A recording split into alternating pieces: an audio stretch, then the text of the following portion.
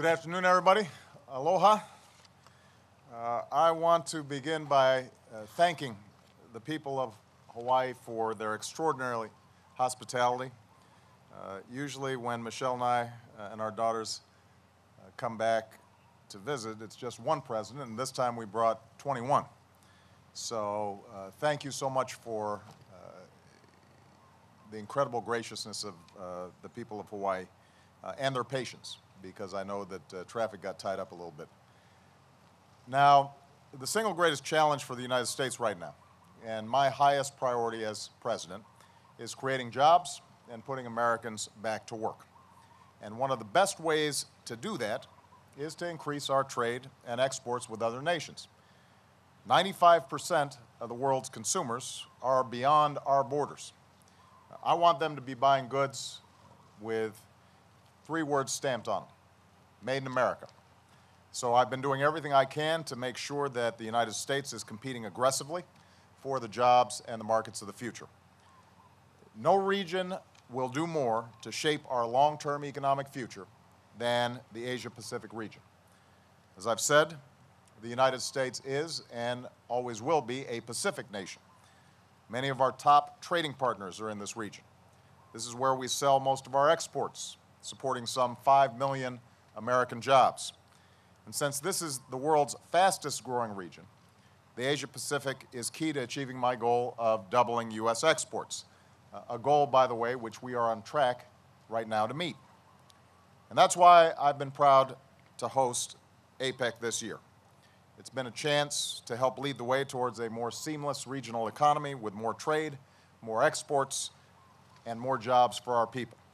And I'm pleased that we've made progress in 3 very important areas.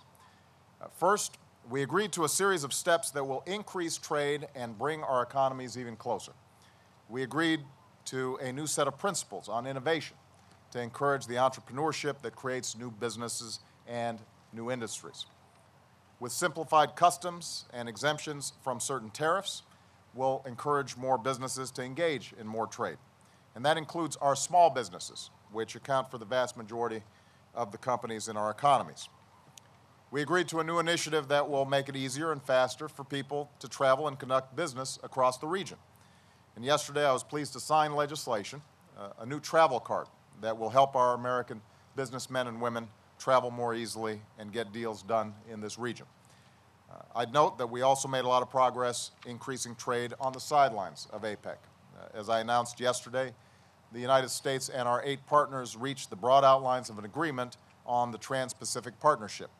And today I'm pleased that Japan, Canada, and Mexico have now expressed an interest in this effort. This comes on the heels of our landmark trade agreements with South Korea, Panama, and Colombia, which will support tens of thousands of American jobs. And in my meeting with President Medvedev, we discussed how to move ahead with Russia's accession to the WTO, which will also mean more exports for American manufacturers and American farmers and ranchers. Second, APEC agreed on ways to promote the green growth we need for our energy security. We agreed to reduce tariffs on environmental goods and make it easier to export clean energy technologies that create green jobs. We raised the bar on ourselves and will aim for even higher energy efficiencies. And we're moving ahead with the effort to phase out fossil fuel subsidies. This would be a huge step toward creating clean energy economies and fighting climate change, which is a threat to both the beauty and the prosperity of the region. Third, we're redoubling our efforts to make sure that regulations are encouraging trade and job creation, not discouraging trade and job creation. And this builds on the work that we're doing in the United States to get rid of rules and regulations that are unjustified and that are overly burdensome. Our APEC partners are joining us in streamlining and coordinating regulations so that we're sparking innovation and growth, even as we protect public health and our environment. And finally, since many of the leaders here were also at the recent G20 summit, we continued our efforts to get the global economy to grow faster. APEC makes up more than half the global economy, and it will continue to play a key role in achieving the strong and balanced growth that we need. As I've said, as the world's largest economy, the best thing that the United States can do for the global economy is to grow our own economy faster. And so I will continue to fight for the American Jobs Act so that we can put our people back to work. I was glad to see that Congress moved forward on one aspect of the jobs bill, tax credits for companies that are hiring veterans, but we've got to do a lot more than that. So again, I want to thank the people of Hawaii for their extraordinary hospitality and for all that they've done to help make this summit such a success. I want to thank my fellow leaders for the seriousness and sense of common purpose that they brought to our work. And I believe that the progress we made here will help create jobs and keep America competitive in a region that is absolutely vital, not only for our economy, but also for our national security. So with that, I'm going to take a few questions. I'll start with Ben Feller of APEC. Thank you very much, Mr. President. I picked a spot in the sun here, so I'd like to ask you about Iran. Did you get any specific commitments from Russia or China on tightening sanctions? Did you move them at all? And do you fear the world is running out of options short of military intervention to keep Iran from getting nuclear weapons? One of the striking things over the last 3 years, since I came into office, is the degree of unity that we've been able to forge in the international community with respect to Iran. And when I came into office, the world was divided and Iran was unified around its nuclear program. We now have a situation where the world is united and Iran is isolated. And because of our diplomacy and our efforts, we have by far the strongest sanctions on Iran that we've ever seen. And China and Russia were critical to making that happen. Had they not been willing to support those efforts in the United Nations, we would not be able to see the kind of progress that we've made. And they're having an impact. All our intelligence indicates that Iran's economy is suffering as a consequence of this. And we're also seeing that Iran's influence in the region has ebbed, in part because their approach to repression inside of Iran is contrary to the Arab Spring that has been sweeping the Middle East. So we are in a much stronger position now than we were 2 or 3 years ago with respect to Iran. Having said that, the recent IAEA report indicates what we already knew, which is although Iran does not possess a nuclear weapon and is technically still allowing IAEA observers into their country, that they are engaging in a series of practices that are contrary to their international obligations and their IAEA obligations. And that's what the IAEA report indicated. So what I did was to speak with President Medvedev as well as President Hu, and all three of us entirely agree on the objective, which is making sure that Iran does not weaponize nuclear power and that we don't trigger a nuclear arms race in the region. That's in the interests of all of us. In terms of how we move forward, we will be consulting with them carefully over the next several weeks to look at what other options we have available to us. The sanctions have enormous bite and enormous scope, and we're building off the platform that has already been established. The question is, are there additional measures that we can take? And we're going to explore every avenue to see if we can solve this issue diplomatically. I have said repeatedly, and I will say today, we are not taking any options off the table because it's my firm belief that an Iran with a nuclear weapon would pose a security threat not only to the region but also to the United States. But our strong preference is to have Iran meet its international obligations, negotiate diplomatically to allow them to have peaceful use of nuclear energy in accordance with international law, but at the same time forswear the weaponization of nuclear power. And so we're going to keep on pushing on that, and China and Russia have the same aims, the same objectives, and I believe that we'll continue to cooperate and collaborate closely on that issue. Dan Lothian.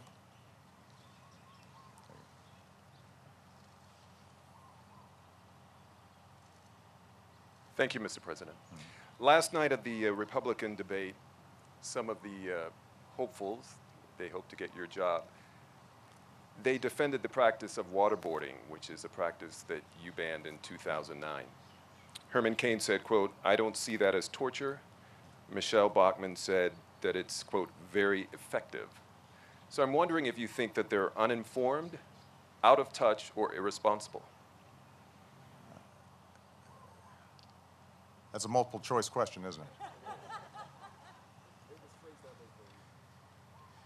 Let me just say this, they're wrong. Waterboarding is torture.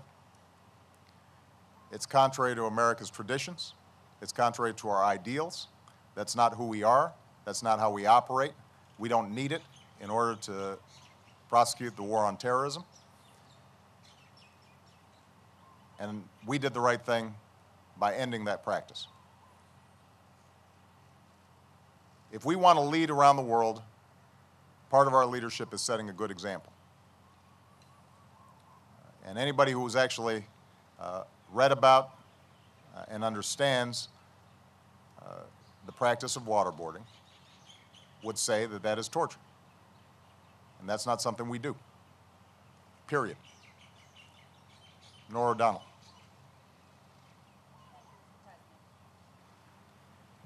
Thank you, Mr. President. If I could continue on that, the Republicans did have a debate on CBS last night. A lot of it was about foreign policy, and they were very critical of your record. That's shocking. So if I could get you to respond to something that Mitt Romney said. He said your biggest foreign policy failure is Iran. He said that if you are reelected, Iran will have a nuclear weapon. Is Mitt Romney wrong? You know, I am going to make a practice of not commenting on whatever is said in Republican debates until they've got an actual nominee. But as I indicated to Ben in the earlier question, you take a look at what we've been able to accomplish in mobilizing the world community against Iran over the last 3 years, and it shows steady, determined, firm progress in isolating the Iranian regime and sending a clear message that the world believes it would be dangerous for them to have a nuclear weapon. Now, is this an easy issue? No. Anybody who claims it is either politicking or doesn't know what they're talking about. But you know, I think not only the world, but the Iranian regime understands very clearly how determined we are to prevent not only a nuclear Iran, but also a nuclear arms race in the region, and a violation of non-proliferation norms that would have implications around the world, including in the Asia-Pacific region, where we have similar problems with North Korea.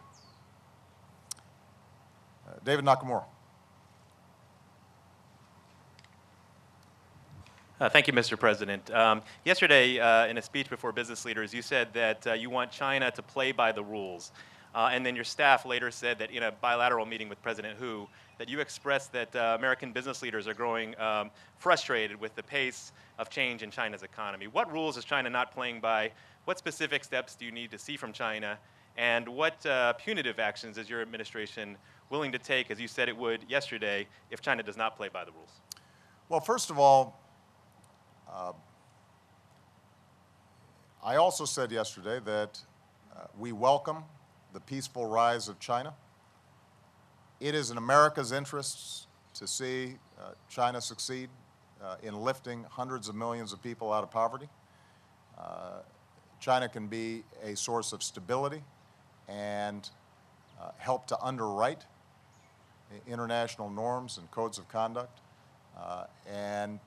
So, you know, what we've done over the last 2 years is to try to develop a frank, consistent, open relationship and dialogue with China, and it's yielded considerable benefits. For example, support for issues like Iran. But what I've also said to Chinese leadership since I came into office is that when it comes to their economic practices,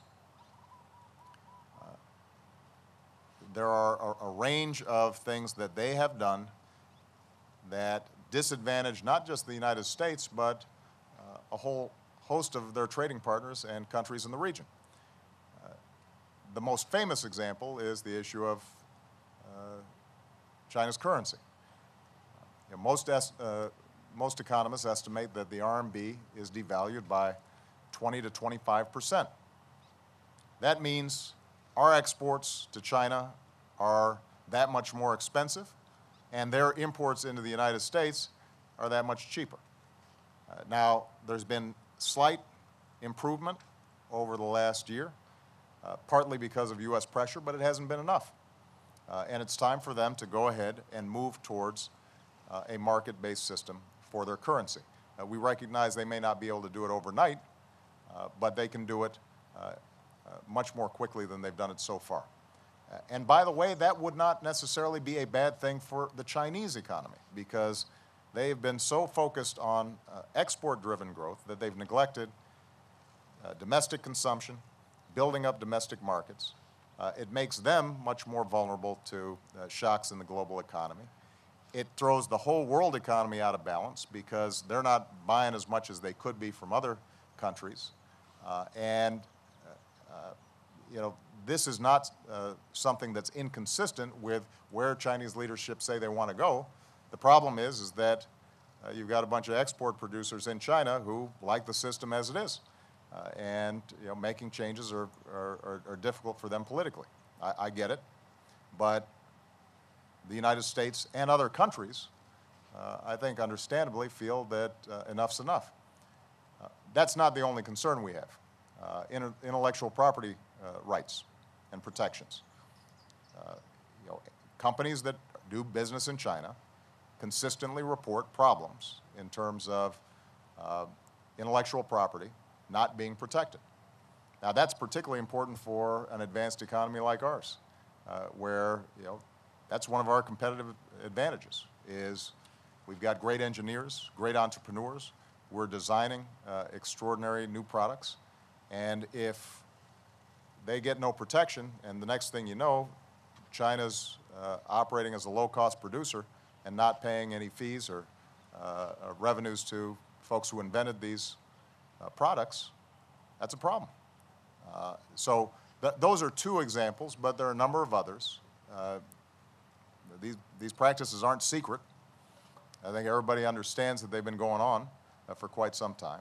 Sometimes American companies are wary about bringing them up because they don't want to be punished in terms of their ability to do business in China. But I don't have that same concern, so I bring it up. And in terms of enforcement, the other thing that we've been doing is actually trying to enforce the trade laws that are in place. We've brought a number of cases. One that the U.S. press may be familiar with are the cases involving U.S. tires, where we brought very aggressive actions against China and won. And as a consequence, U.S. producers are in a better position, and that means more U.S. jobs. So I think we can benefit from trade with China. And I want certainly to continue cultivating a constructive relationship with the Chinese government. But we're going to continue to be firm in insisting that they operate by the same rules that everybody else operates under. We don't want them taking advantage of the United States or U.S. businesses. Jake Tapper.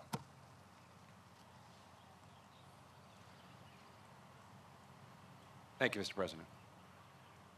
The other day you told ESPN that the scandal at Penn State, which you said was heartbreaking, should prompt some soul searching throughout the nation. I'm wondering if you could elaborate on that, what exactly you meant. And I know you're a big fan of college sports. If this is something you think that is an indictment not just of what happened at Penn State, allegedly, but how athletics are revered in universities. Well, I think that's the kind of soul searching that I was referring to, Jake. You're right. I'm a big college sports fan. I think that when it's kept in perspective,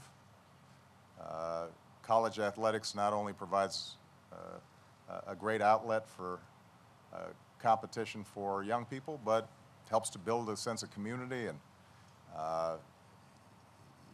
can help to brand a university in a way that is fun and important.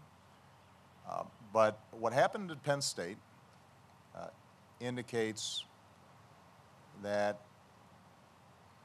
at a certain point, folks start thinking about systems and institutions and don't think about individuals. And when you think about how vulnerable kids are, for the alleged facts of that case to have taken place and for folks not to immediately say nothing else matters except making sure those kids are protected, that's a problem. It's not unique to a college sports environment. I mean, we've seen problems in other institutions that are equally heartbreaking. Not all of them involve children, by the way. I mean, there have been problems, obviously, with respect to sexual abuse or assault directed against women, where institutions sort of closed ranks instead of getting on top of it right away. And that's why I said I think all institutions, not just universities or sports programs, have to step back and take stock and make sure that we're doing everything we can to protect people who may be vulnerable in these circumstances, but also just keep in mind what's important. Making sure that our excitement about a college sports program doesn't get in the way of our basic human response when somebody's being hurt.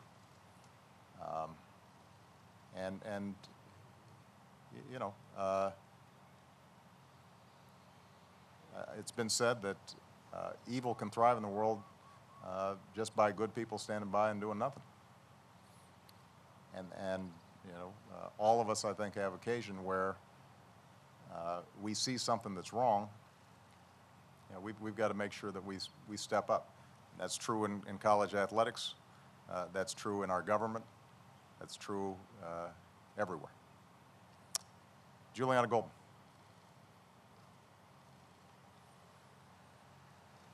Thank you, Mr. President. In conversations that you've had over the past couple of days with Asian Pacific leaders, have any of them brought up the rhetoric that we're seeing from Republican presidential candidates when it comes to China? And does that kind of rhetoric or posturing jeopardize the progress that your administration has made with China and the Asia Pacific region as a whole?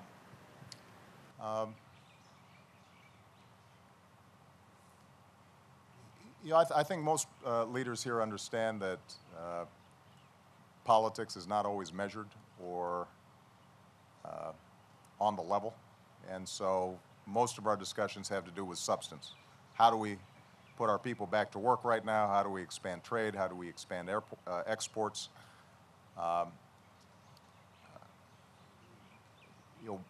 I've been very frank with Chinese leaders, though, in saying that the American people across the board, left, right, and center, believe in trade, believe in competition. We think we've got the best workers in the world. We think we've got the best universities, the best entrepreneurs, the best free market. We're ready to go out there and compete with anybody. But there is a concern across the political spectrum that the playing field is not level right now. And so, in conversations with President Hu and others, what I've tried to say is we have the opportunity to move in a direction in which this is a win-win. China's benefiting from trade with the United States. The United States is benefiting as well. jobs are being created in the United States and not just in China. But right now things are out of kilter. And that is something that is shared across the board, as we saw with the recent vote on the Chinese currency issue in the Senate. And you know, I think leaders in the region understand that as China grows, as its economic influence expands, that the expectation is that they will be a responsible leader in the world economy, which is what the United States has tried to do. I mean, we try to set up rules that are universal, that everybody can follow, and then we play by those rules. And then we compete fiercely. But we don't try to game the system. That's part of what leadership's about. China has the opportunity to be that same type of leader. And as the world's second largest economy, I think that's going to be important not just for this region, but for the world. But that requires them to take responsibility, to understand that their role is different now than it might have been 20 years ago or 30 years ago, where if they were breaking some rules, it didn't really matter. It did not have a significant impact. You weren't seeing huge trade imbalances that had consequences for the world financial system. Now, they've grown up, and so you know, they're going to have to help manage this process in a responsible way. Laura Meckler. Thank you, Mr. President. Why did you get rid of the aloha shirts and the grass skirts? Are you at all concerned that it not appear that you're having a party over here while so many people are living with such a tough economy? And wondering if those perceptions were at all on your mind as you were making plans for this trip, which by necessity takes you to some pretty exotic and fun locations. Yeah. I got rid of the Hawaiian shirts because I had looked at pictures of some of the previous APEC meetings and some of the garb that had appeared previously, and I thought this may be a tradition that we might want to break. I suggested to leaders, we gave them a shirt, and if they wanted to wear the shirt, I promise you it would have been fine. But I didn't hear a lot of complaints about us breaking precedent on that one. With respect to this trip, look, this is a pretty nice piece of scenery here. And you know, I take enormous pride in having been raised in the state of Hawaii, but we're here for business. We're here to create jobs. We're here to promote exports. And we've got a set of tangible, concrete steps that have been taken that are going to make our economy stronger. And that's part of what our leadership has been about. When I went to Europe last week, our job was to help shape a solution for the European crisis. And a lot of folks back home might have wondered, well, that's Europe's problem. Why are we worrying about it? Well, if Europe has a major recession and the financial system in Europe starts spinning out of control, that will have a direct impact on U.S. growth and our ability to create jobs and people raising their living standards. The same is true out here.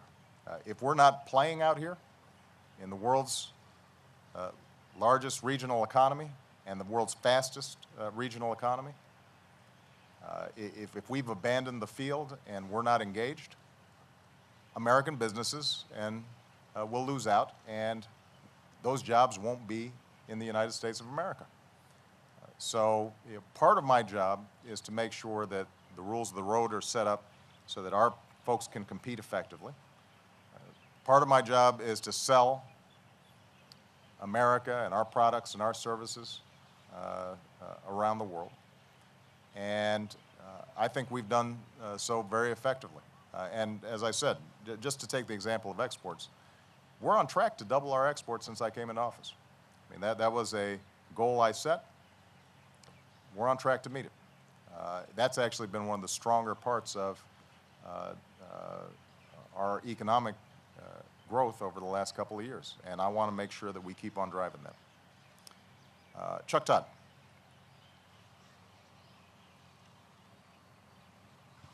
Thank you, Mr. President.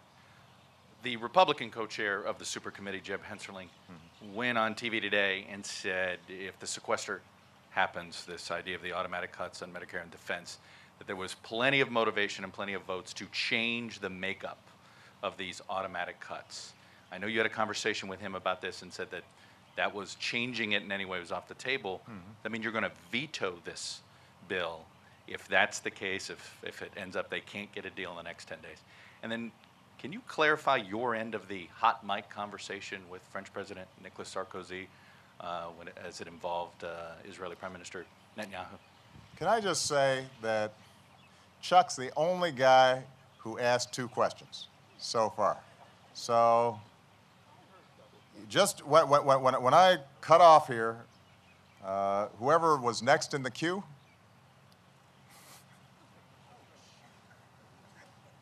I'm messing with you, Chuck. With respect to the super committee, in August, we negotiated to initiate $1 trillion in cuts over the next 10 years, primarily out of discretionary spending. But we also said that in order for us to move towards a more stable fiscal condition, that we're going to have to get an additional 1.2 minimum. I actually argued that we needed more than that. And the whole idea of the sequester was to make sure that both sides felt obligated to move off rigid positions and do what was required to help the country. And since that time, they've had a lot of conversations, but it feels as if people continue to try to stick with their rigid positions rather than solve the problem. Now, I've put forward a very detailed approach that would achieve $3 trillion plus in savings. And it's the sort of balanced approach that the American people prefer. It says everything's on the table. We've got to have discretionary spending cuts of the sort we've already put in place. We've got to have non-defense cuts. We've got to have defense cuts. We're going to have to look at entitlement programs. We've got to reduce our health care costs. And we're going to need additional revenue. And when we're talking about revenue, if we've got to raise money, it makes sense for us to start by asking the wealthiest among us to pay a little bit more before we start asking seniors, for example, to pay a lot more for their Medicare. Now, this is the same presentation that I made to Speaker Boehner back in August. It's the same kind of balanced approach that every single independent committee that's looked at this has said needs to be done. And it just feels as if people keep on wanting to jigger the math so that they get a different outcome. Well, the equation, no matter how you do it, is going to be the same. If you want a balanced approach that doesn't gut Medicare and Medicaid, doesn't prevent us from making investments in education and basic science and research, all the things we've been talking about here at APEC, that every world leader understands is the key for long-term economic success, then prudent cuts have to be matched up with revenue. My hope is that over the next several days, the congressional leadership on the super committee go ahead and bite the bullet and do what needs to be done, because the math won't change. There's no magic formula. There are no magic beans that you can toss in the ground and suddenly a bunch of money grows on trees. We got to just go ahead and do the responsible thing. And I'm prepared to sign legislation that is balanced, that solves this problem. One other thing that I want to say about this, when I meet with world leaders, what's striking, whether it's in Europe or here in Asia, the kinds of fundamental reforms and changes, and both on the revenue side and the public pension side, that other countries are having to make are so much more significant than what we need to do in order to get our books in order. This doesn't require radical changes to America or its way of life. It just means that we spread out the sacrifice across every sector so that it's fair, so that people don't feel as if, once again, people who are well-connected, people who have lobbyists, special interests, get off easy, and the burden is placed on middle-class families that are already struggling. So if other countries can do it, we can do it, and we can do it in a responsible way. I'm not going to comment on whether I veto a particular bill until I actually see a bill, because I still hold out the prospect that there's going to be a light bulb moment where everybody says, aha, here's what we've got to do. With respect to the hot mic in France, I'm not going to comment on conversations that I have with individual leaders. But what I will say is this. The primary conversation I had with President Sarkozy in that meeting revolved around my significant disappointment that France had voted in favor of the Palestinians joining UNESCO, knowing full well that under our laws, that would require the United States from cutting off funding to UNESCO.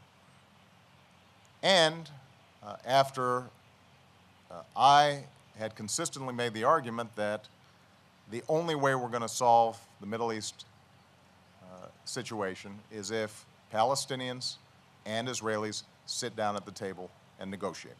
That it is not going to work to try to do an end run through the United Nations. So I had a very frank and firm conversation with President Sarkozy about that issue. And that is consistent with both private and public statements that I've been making to everybody over the last several months. Ed Henry. Mr. President, I have 3 questions, starting with Mitt Romney. Just one question, I promise. You started with a $447 billion jobs bill. 2 months later, many speeches later, you've got virtually nothing from that. You've got the Veterans Jobs Bill, which is important, obviously, and a lot of executive orders. But are you coming to the realization that you may just get nothing here and go to the American people in 2012 without another jobs bill, 9% unemployment, and them wondering about your leadership, sir? I think first of all, the American people at this point are wondering about congressional leadership in failing to pass the jobs bill, the components of which the majority of Americans, including many Republicans, think are a good idea. And that's part of the reason why the American people right now aren't feeling real good about Congress. Normally, by the way politics works is if the overwhelming majority of the American people aren't happy with what you're doing, you start doing something different. So far, that hasn't happened in Congress, and the Republicans in Congress in particular. They don't seem to have that same sense of urgency about needing to put people back to work. I'm going to keep on pushing. My expectation is that we will get some of it done now, and I'll keep on pushing until we get all of it done. And that may take me all the way till November to get it all done. And it may take a new Congress to get it all done. But the component parts, cutting taxes for middle-class families, cutting taxes for small businesses that are hiring our veterans and hiring the long-term unemployed, putting teachers back in the classroom. Here in the state of Hawaii, you had a bunch of kids who were going to school 4 days a week because of budget problems. How are we going to win the competition in the 21st century with our kids going to school basically half-time? The jobs bill would help alleviate those budget pressures at the state level. Rebuilding our infrastructure. Every world leader that you talk to, they're saying to themselves, how can we make sure we've got a first-class infrastructure? And as you travel through the Asia-Pacific region, you see China having better airports than us, Singapore having superior ports to ours. Well, that's going to impact our capacity to do business here, our capacity to trade, our capacity to get U.S. products made by U.S. workers into the fastest growing market in the world. And by the way, we could put a lot of people back to work at the same time. So I'm going to keep on pushing.